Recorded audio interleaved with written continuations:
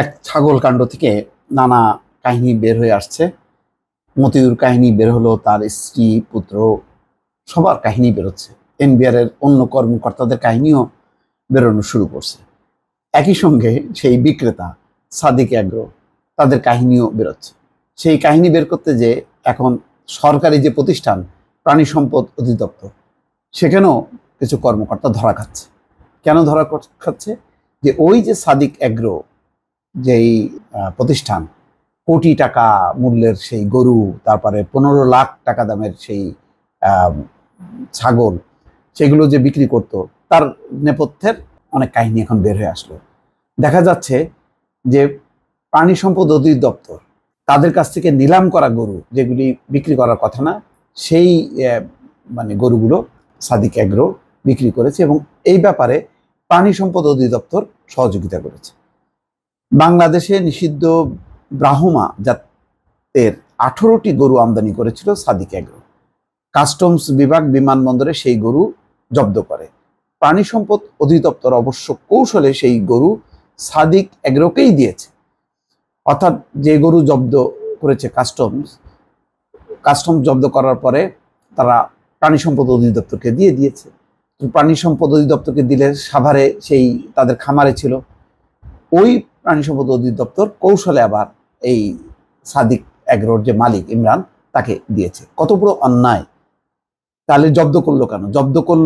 তাহলে তো যদি দেয়ারই দরকার ছিল, তাহলে তো কাস্টমসে দিয়ে দিতে পারতো, শুল্ক আদায় করে দিয়ে দিতে পারতো, কিন্তু দেয়নি। যেহেতু ব্রাহ্মা জাতের যে গরুগুলি, এগুলি আমদানি নিষিদ্ধ ছিল, সেই কারণে জব্দ করে এটা প্রাণী সম্পদ অধিদপ্তরকে দিয়েছে। প্রাণী সম্পদ অধিদপ্তর এটা নিলাম করলো। নিলামের শর্ত ছিল যে এগুলি গরু হিসেবে বিক্রি করা যাবে না, এগুলি জবাই করে মাংস বিক্রি করা যাবে। কিন্তু দেখা গেল সেই ইমরান, যেই মূল ক্রেতা, সেই এই গরুগুলো বিক্রি করলো এই গত কোরবানির ঈদে। ছাগল কাণ্ডে আলোচনায় আসা খামার সাদিক অ্যাগ্রো এর মালিক মোহাম্মদ ইমরান হোসেন, তিনি গবাদি পশুর খামার মালিকদের সংগঠন বাংলাদেশ ডেইরি ফার্মার্স অ্যাসোসিয়েশনের সভাপতি। অনুমতি না থাকা ও খালের জায়গা দখল করায় ঢাকা উত্তর সিটি কর্পোরেশন গত বৃহস্পতি ও শনিবার অভিযান চালিয়ে মোহাম্মদপুরে সাদিক অ্যাগ্রোর খামার ভেঙে দেয়।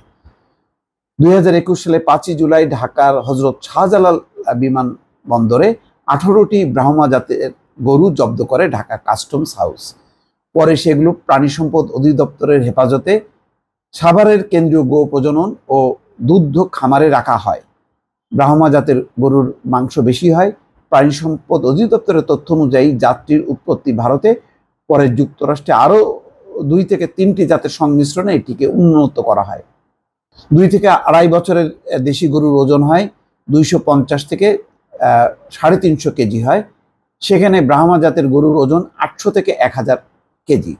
প্রাণী সম্পদ অধিদপ্তরের কর্মকর্তারা বলছেন, এই গরু বাংলাদেশে পালনের অনুমতি দেওয়া হলে দুধ বেশি দেওয়া গরুর পালন কমে যাওয়ার আশঙ্কা থাকে, তাই ব্রাহ্মা নিষিদ্ধ করা হয়। তার মানে হচ্ছে যে এই গরু যদি বাংলাদেশে পালন অনুমতি দেওয়া হয়, তাহলে দুধ বেশি দেওয়া গরু পালনের কমে যাওয়ার আশঙ্কা থাকে, সেই কারণে এটা নিষিদ্ধ করা হয়েছে। তো ঢাকা কাস্টম সাদিক অ্যাগ্রোর 18টি গরু জব্দ করার পর তারা উচ্চ আদালতে রিট করেছিল, তবে উচ্চ আদালতের রায় তাদের বিপক্ষে যায়। তারপর থেকে প্রাণী সম্পদ অধিদপ্তরের তত্ত্বাবধানে সাভারেই গরুগুলো রাখা ছিল। প্রাণী সম্পদ অধিদপ্তর বলছে, গত পবিত্র রমজানে অধিদপ্তরের উদ্যোগে ঢাকায় কিছুটা কম দামে দুধ, ডিম ও মাংস বিক্রি করা হয়। সেখানে এবার মাংস সরবরাহ করেছে ডেইরি ফার্মার্স অ্যাসোসিয়েশন। মোট চাহিদার অর্ধেক মাংস বাবদ কম দামে 488টি গরু সরবরাহ করা হয়েছিল প্রাণী সম্পদ অধিদপ্তরের বিভিন্ন খামার থেকে। এর মধ্যে 15টি ব্রাহ্মা গরু ছিল, বাকি 3টি মারা গেছে। বিষয়টি জানতে চাইলে অধিদপ্তরের মহাপরিচালক বলেন, গরুগুলো বিক্রির সব প্রক্রিয়া আগের মহাপরিচালক করে গেছে, এখন আরেক মহাপরিচালকের দোষ। যাই হোক, এটা দেখেন, যদি তারা এই কোরবান গত যেই রোজার ঈদের সময় তারা যদি এই গরুগুলি জবাই করে মাংসটা যদি সস্তায় বিক্রি করতো, মানুষ পেত, কিন্তু কৌশলে এইগুলি দেওয়া হয় ওই ইমরানকে।